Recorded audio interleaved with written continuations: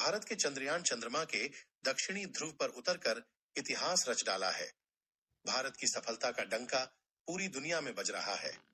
भारतीय अंतरिक्ष अनुसंधान संस्थान इसरो की इस कामयाबी के बाद पूरी दुनिया में चांद की ही चर्चा है। ऐसे में चांद पर जमीन खरीदने और बेचने वाले भी कम सक्रिय नहीं हैं। लेकिन यहाँ कई बेहद सवाल खड़े होते हैं। क्या चांद पर जमीन खरीदने और बेचने वालों के पास सचमुच कोई कानूनी अधिकार है कि चांद पर जब इंसानी बस्ती बसी की तो आज खरीद गई जमीन या उनकी पोस्टों को वहां प्लॉट करते हुए मिल पाएंगे? चांद पर जमीन खरीदने वालों की लिस्ट में कई बॉलीवुड एक्टर का नाम शामिल है। शाहरुख खान को एक फैन ने चांद पर जमीन गिफ्ट की थी। स्पेस में दिलचस्पी रखने वाले सुशांत सिंह राजपूत ने साल 2018 में चांद पर जमीन खरीदी थी। अब आपके मन में सवाल होगा कि चांद पर जमीन खरीद एक ऐसे और यहां जमीन बेच कौन रहा, लेकिन यह जानना उससे भी ज्यादा जरूरी है। चांद पर जमीन खरीदना कानूनी है या गैर कानूनी? चांद पर जमीन खरीदना गैर कानूनी है।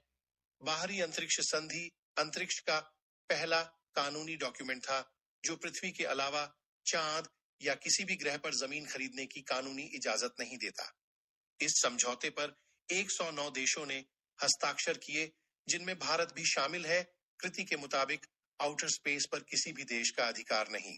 दिल्ली में साउथ एशियन यूनिवर्सिटी के लीगल स्टडीज विभाग के असिस्टेंट प्रोफेसर डॉलिना जॉली ने बताया कि विरासत का मतलब है इसका किसी के भी द्वारा निजी उद्देश्य के लिए इस्तेमाल नहीं किया जा सकता और न ही किसी का हक है। बावजूद इसके कई लोगों ने उस पर जमीन खरीदने का दावा किया। मीडिया रिपोर्ट्स की माने तो लूना सोसाइटी इंटरनेशनल रजिस्ट्री जैसी कंपनियां चांद पर जमीन बेचने का दावा करती है। इनका कहना है कई देशों ने उन्हें इसके लिए अधिकृत किया है। इस बात का उनके पास कोई प्रमाण नहीं है।